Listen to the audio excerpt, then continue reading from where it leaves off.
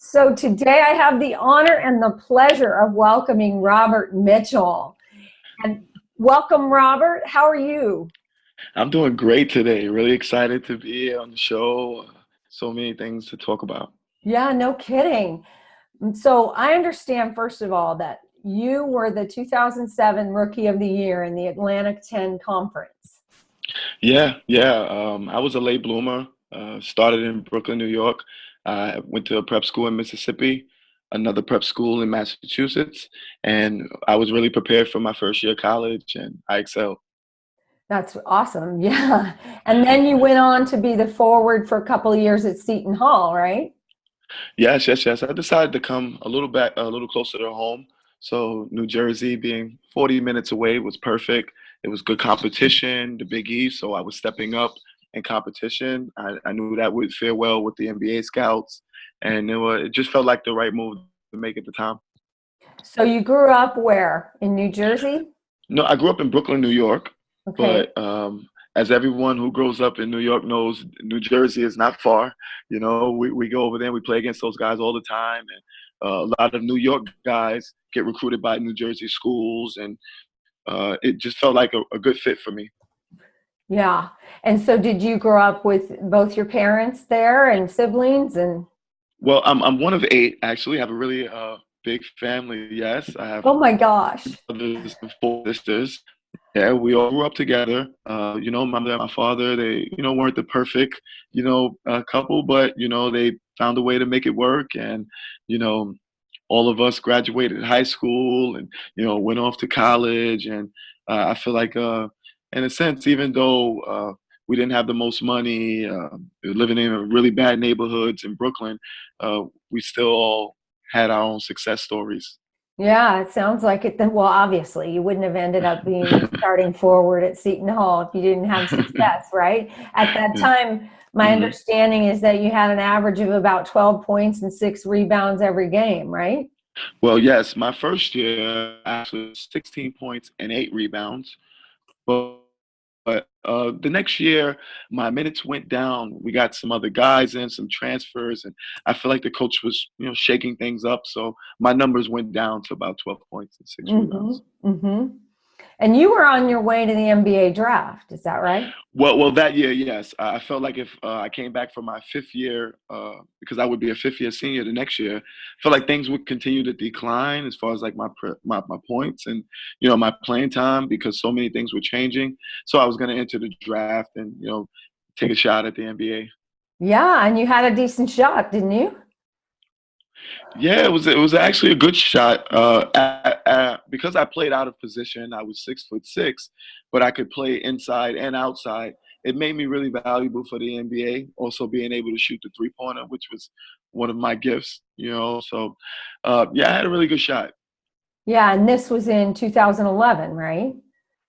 Well, actually, 2010, the 2010-2011 season, it was the beginning of the year in 2010. Yeah. And then what happened? Well, I to start, basketball went wrong when I decided to give a public opinion about things that were going on with, the team inside, and the coach took. He didn't like it too much, and he, dismissed me from the basketball team, and I think that's where things started to go bad because I had all this free time, and I decided to hang out with people that were former Seton Hall players and kids that were from fraternities and things like that. And even though it was a 2 or 3 day period, um, I ended up getting myself in some trouble hanging around a guy that wanted to do some bad things to some kids at my school. Yeah, and so you got kicked off the team. This is 2011. You were almost on your way to the NBA. And a, Yeah, yeah, and a couple days later, you get into some big, deep trouble. yeah.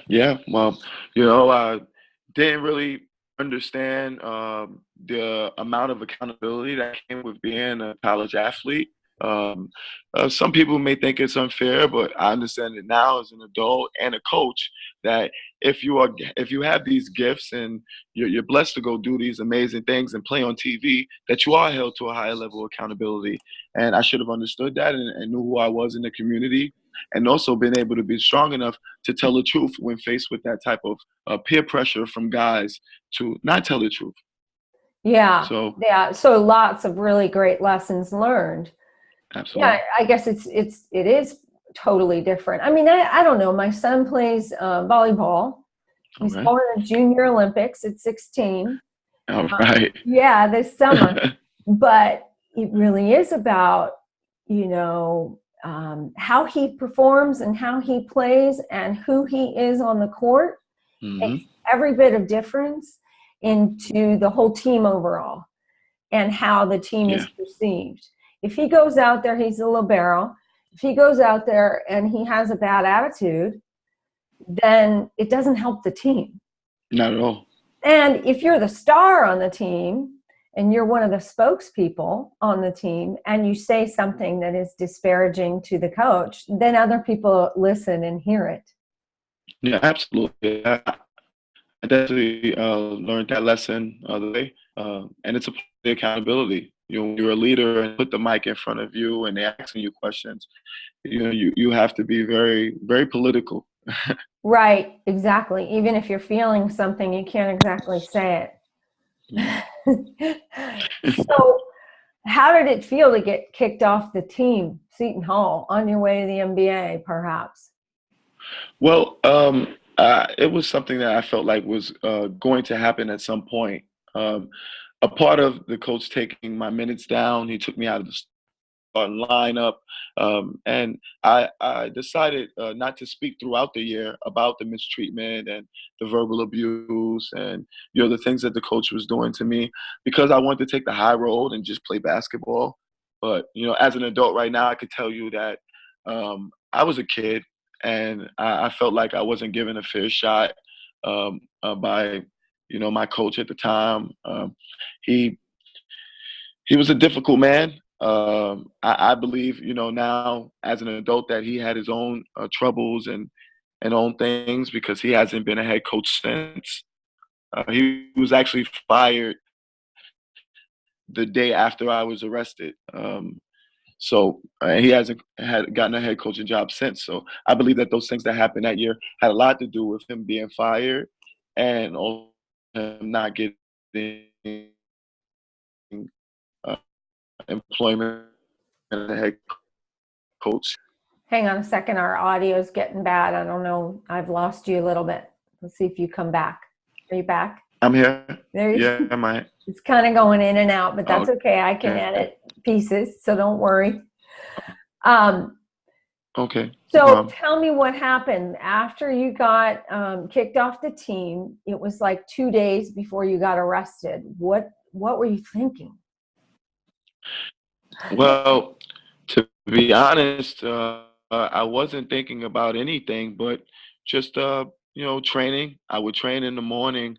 I remember training both of those mornings before it happened, and as I've done many times, I got in the car with a guy that I trusted. He was a Seton Hall alum, and I went with him to someone who lived 2 blocks off of campus to purchase marijuana, and everything went bad from there. I stayed in the car. He went up. About 7 or 8 minutes later, he's gone, and I decided to go upstairs to see if he's just forgot I'm here or what's going on. And 1 second. Oh, yes. So I went upstairs to see what was going on, and he was robbing the kids at gunpoint. And Wow. it was shocking. A picture I would never forget. It will always be stuck in my head. They were my friends, to be honest. It was a house that I brought him over to hang out at another time, and I guess he just took advantage of everyone in that situation, and he was only worried about his own selfish greed. And it comes back to accountability, because I should have known not to only leave him, but to go right to the police and tell them what I was just involved in what I just saw, what I just witnessed. And that's a part of accountability. I didn't understand that part. I felt Right. as though he's doing this, I'm not doing it. They know I'm not doing it, so I'll be fine. And that was the worst thing that I could have ever done, because the next day I was arrested. Yeah. And you were charged with Oh, armed robbery and kidnapping and all. 35, 35 count indictment. Um, I felt as though I was used as the pawn for a media case, without proper evidence to say that I did these things. They put it on newspapers and on news outlets. I still have the statements from the witnesses to this day. None of them ever said that I did anything, but they all said that I came in to the house. The guy was masked. I was masked. Oh, hold on a second. Obviously, they told me. Yeah. What'd you say? I'm sorry, I missed that. I said the other guy was masked and I wasn't masked. So they all saw me. And it's like, if the kids are saying that, maybe it's not the easiest equation to come to, but, if the kids are saying, hey, he was here, but he didn't have a mask and he came in after everything happened, maybe they could have, saved my reputation a little bit and maybe been a little more specific about my involvement day one. I feel like they just said, hey, you're guilty of all these things. We're going to make it a huge case. They gave me a $600,000 bail, and I was never arrested before. So it's it was pretty cruel. Also life lessons, lessons in accountability. So well, and responsibility too, right? Absolutely. Because had you gone to the cops that day, it would have been different. It would have been totally different. Absolutely. But how old were you then? Yeah, I was a kid. I'm 19, 20 years old. I'm in my third year of college.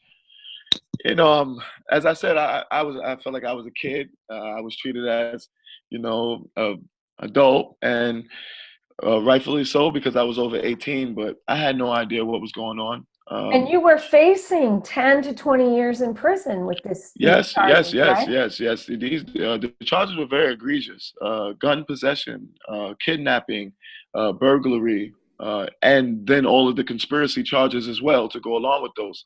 So not only were they saying that I was a mastermind, but they say, hey, you conspired as well. So they accused me of being both the mastermind and it was weird, but it looked good on paper, 35 count indictment, and this college player, he did this, and it sold a lot of papers. From grace. I actually reached Fell from grace, and here he is, and now he's in the slammer facing 20.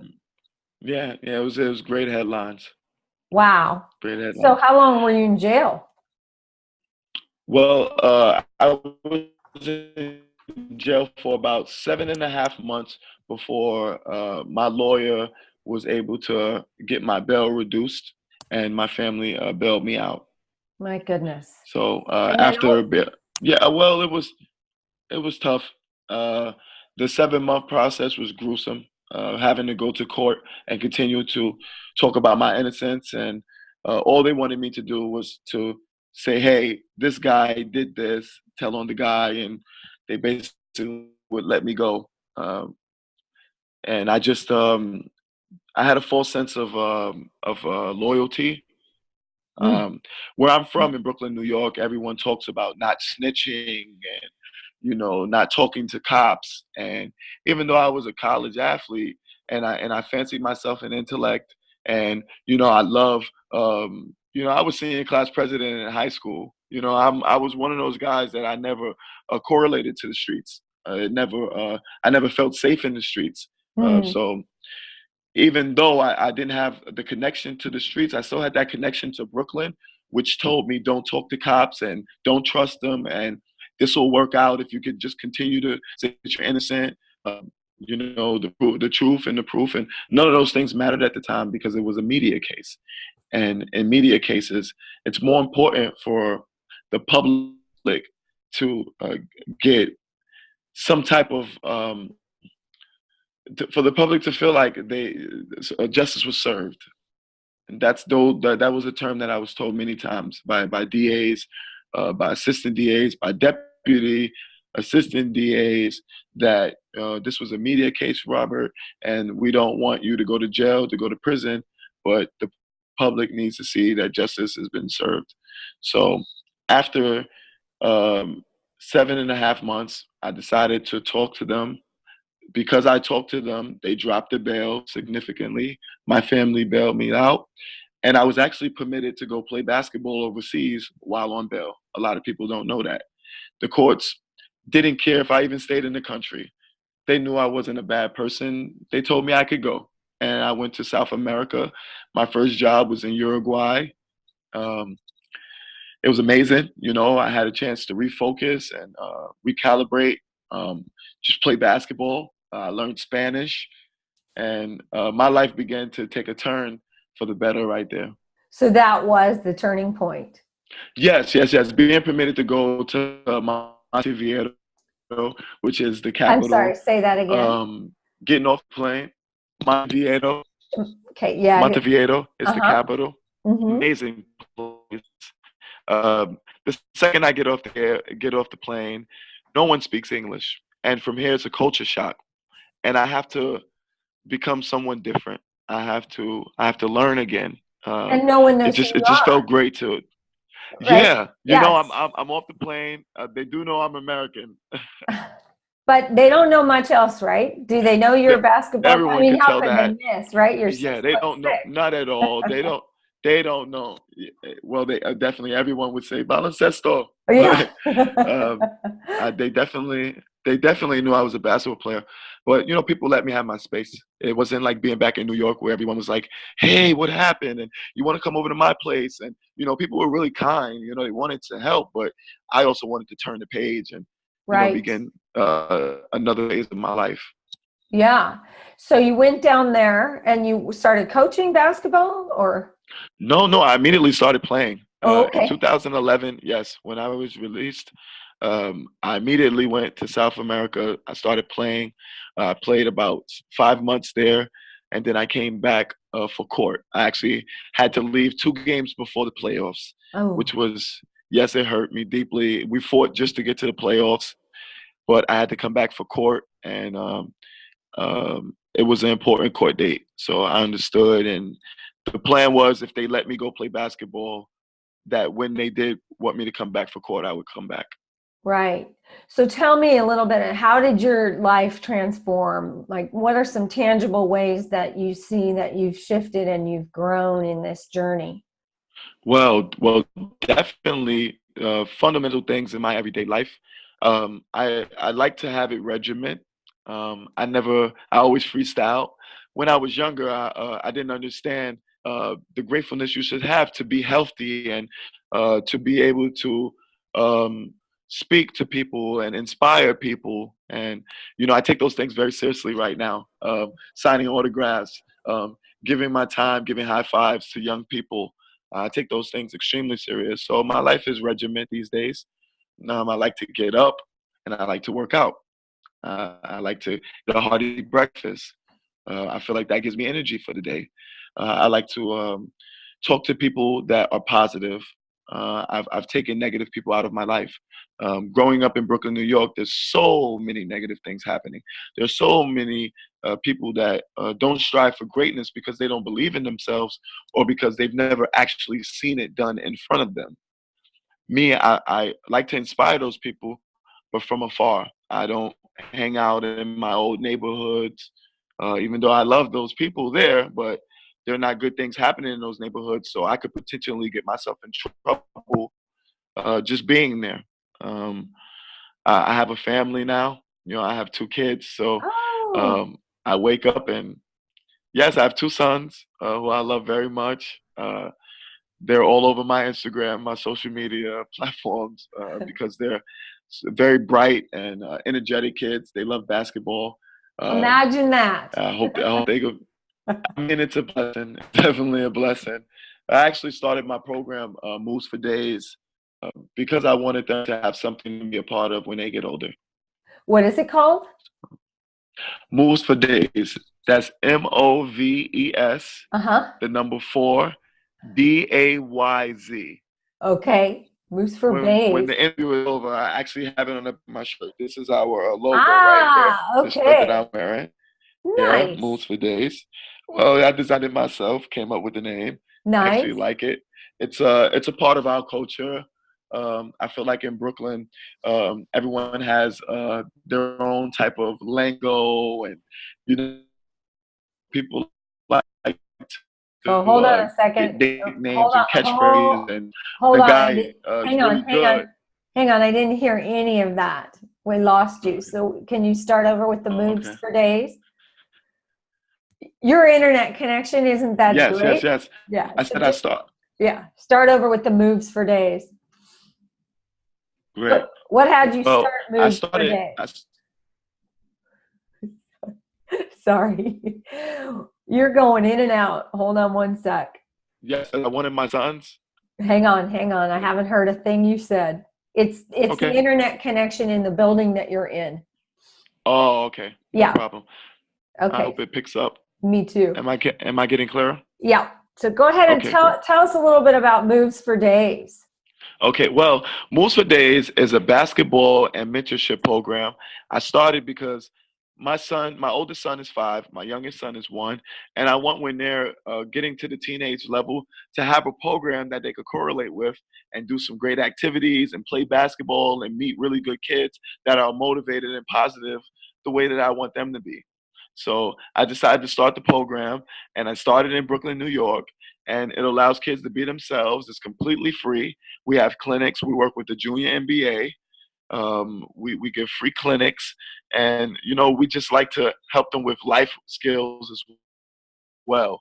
Uh, we're partnered with a lot of different people that suits you. It's a program in Brooklyn that helps kids to get suits for interviews and Oh. to practice decorum. Yes, yes, that's to. There's a lot of kids like to wear the baggy clothes, and we like to introduce business attire, menswear, even sports menswear, and been great. We've got a great response from the neighborhoods. I've only had my social media for about 2 or 3 months, and we also have a YouTube where I give free basketball drills and free basketball instruction. Now, I have is your YouTube channel under your name or under Yes, Moves for absolutely. Days? Everything is Moves for Days. Our Facebook, our Instagram. This is actually how it's spelled. One second. Okay. Oh, you got to get lower. You're too tall for us to see that. Oh, you couldn't see it? Oh No, man. because you're too tall. Well, That's I okay. spelled it out. Yeah, you did, and I will too. So tell me about like when you were at your worst, when you were feeling like, wow, look what has just happened to me. What were the internal fears and conversations going on for you? What did you have to face for inside? Uh, well, to be very, very honest, from the day I was arrested, they put me on suicide watch. So I was in a room with just a small window on the door and no windows in the room, so nothing to look outside, a camera in the room, and I was put on 3-hour lockdown. Um, because of everything that happened, they for some reason they must have thought that I would try to hurt myself or I would think my life was over because they kept me in there for quite some time. And Did you feel that I'll way? be honest with the view. No, no, no, not at all. I knew that I would get vindication. Um, I'm not one of those people that believe the justice system is completely wrong. I just feel like some of the bylaws for innocent people to have to take deals sometimes just to get themselves out of jail. That's the only reason I took a deal. I just wanted to get home. I wanted to play basketball. When they told me they would drop the bail and let me go play, I said, okay, let me go. Let's do it. I didn't think that, hey, I would have a conviction. I would be a felon. I won't be able to vote. These are not variables I'm thinking about. I was just thinking about going home, hugging my mother, playing basketball again, getting out of that negative atmosphere because those men had nothing to live for, and it was very tough for me in there. So what were the internal fears going on for you? Not necessarily bodily harm. I grew up in a very aggressive place. I boxed from the age of 12 to about 16. So I didn't really worry about anyone harming me, but I worried about me losing focus and maybe my heart getting black and me crossing over to a dark side that I'd never been to because of the place that I was in and all the negativity. It's very easy to be pulled down. They had a name for me, college guy, and they knew that I was not like them. And I think that their intentions were to try to make me into that type of guy You mean that would have made those guys happy. the guys in The prison? inmates. The inmates. Oops, sorry. I'm losing you again. Let's see if you come Yes, back. the inmates. I would like maybe 3 weeks to put into the population. Yeah, after that, I was put in the population, and I had to fend for myself. And you have to be really tough. You have to be very, very aggressive at times because it's a place where the correctional officers they don't care if you hurt each other. They just care if you hurt a correctional officer. So Yeah. they didn't look out for me in terms of making sure that I was okay. They just, cursed at me all the time and told me how bad it was for me. That must have been pretty brutal.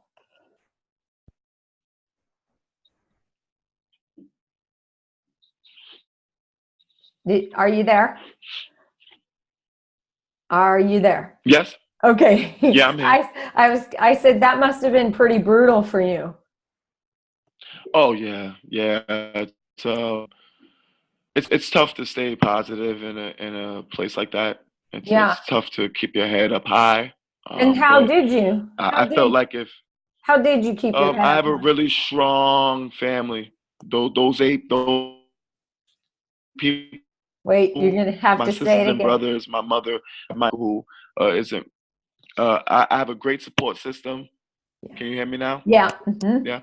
Yeah. The way that I made it through was a great support system. My sisters, my brothers, my best friend Michael, who partners with me with Moves for Days. He's back in New York, still training people and still pushing the agenda. Uh, and I had great friends in New York who would pick their phone all the time and who would tell me great things and tell me how special I was and how I was going to come out on top and tell this story and do a lot of the things that I'm doing right now. Yeah. So what philosophy are you living by now? What guides your life? Definitely, I'm not a big time man of faith in terms of church or choosing a denomination. I really like a lot of teachings from a lot of different religions. I've looked at the Quran a little bit. I've read the entire Bible because I've grown up a Christian, but I've also went to two different Catholic Jesuit institutions, colleges, and I had to go to mass. So I've been around all these different religions, and I lived in 4 different Muslim countries: Lebanon. I lived in Morocco for 2 years, in Africa. So I've been around all these religions, and now for me, my whole message is just live right and love your people. Like I just like to live right, and I love all of my people. Not just the people that follow me on my social media platforms, but I meet every day people that I inspire just because they know me. In Brooklyn, it's really tough. It's really impoverished. People don't have a lot. I know people that are homeless, bouncing from house to house. I know people that live on the street, and these are people that I grew up with, and they just couldn't make it. It was too much. The economy changed, and inflation, or gentrification, and they were moved away from where they lived. So I just try to bring hope, and I just try to bring love. Um, on my Instagram, I try to, every morning get up and talk to people and give them something impactful or thought provoking for the day, because those are things that get me going. I feel like my energy can help other people. Being a retired player at 31, I only retired because of my sons wanting to be here and being close to them and affect their life every day meaningfully. So I have a lot of energy still built up because I could play professional basketball potentially another 6 or 7 years. So I give that energy to other people. grabbing people, and I have these young guys. I have one guy who just got accepted into a great high school, and he's gonna have a tutor, and he's gonna have he's gonna have a path for success, and I'm really excited about that. So it's just so many things that I want to do to help other people. And it's so great that you found a way to use your story to give back to your community. You are quite an inspiration of hope. It's wonderful. Who do you think was your greatest role model? Well, when I was 18, I met a guy named Norman Ostrin. He is passed away now. He was 70 years old. He's a Jewish guy, very, very, just his heart was into basketball so much. He mentored about 20 or 30 kids from New York City. It was his own money. He actually paid for me to go to prep school. And he showed me what it meant to have a service and to give back, because everything he did was from the heart. He treated us all like his sons.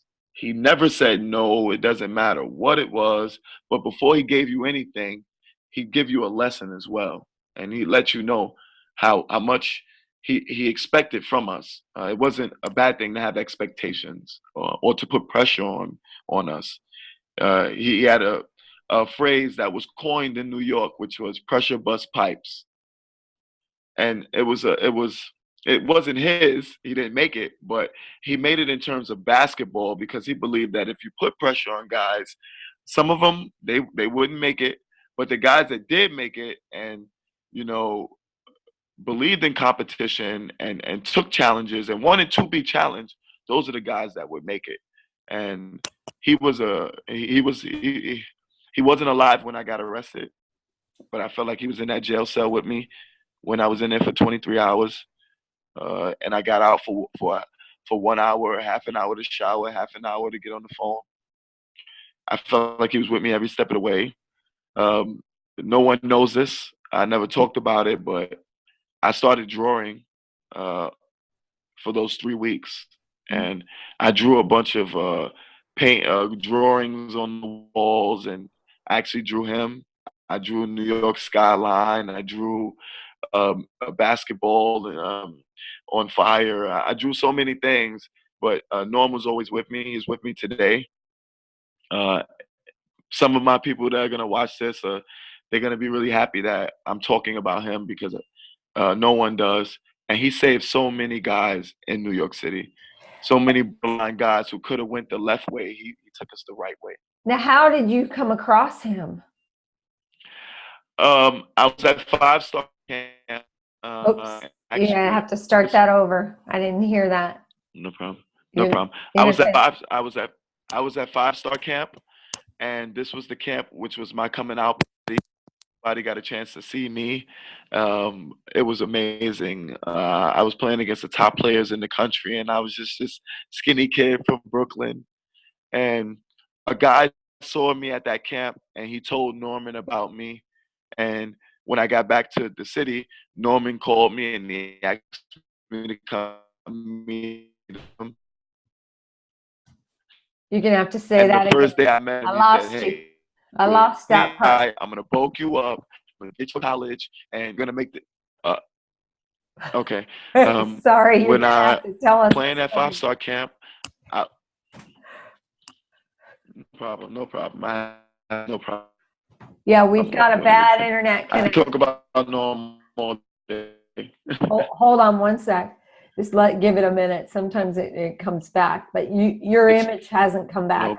I don't see you. I mean, I see you, but you're not moving. So I'm waiting for you to start moving again. Are you moving? Oh, okay. There you are. You're moving again. Okay. Okay. Now tell us about Norman. It looks like the connection. I can see the bars. Yeah. Yes. Well, I was playing in the Homesdale session of 5-star, playing against the top players in the country. I actually got the playoff MVP. I'm a little skinny kid from Brooklyn, and coming out party, and everyone knew my name. So I named Barry Reedman, was coaching at Northeastern at the time. He called over to Norman and said, "Hey, this kid's going to be an NBA player." And Norm calls me and said, hey, when you come back to the city, come meet me. I'm going to help you out. And I come meet him maybe 3 days later after the camp. And he says, hey, I'm going to pay for you. You're going to be an NBA player. I'm going to help you build up your body. You can come to my gym every day for free. And he was just he just believed in me. He just believed in me from day one. Wow. I lost you again. Hold on. Yeah, we've lost each other again. Hold on. Hold on. Hold on. Hold on.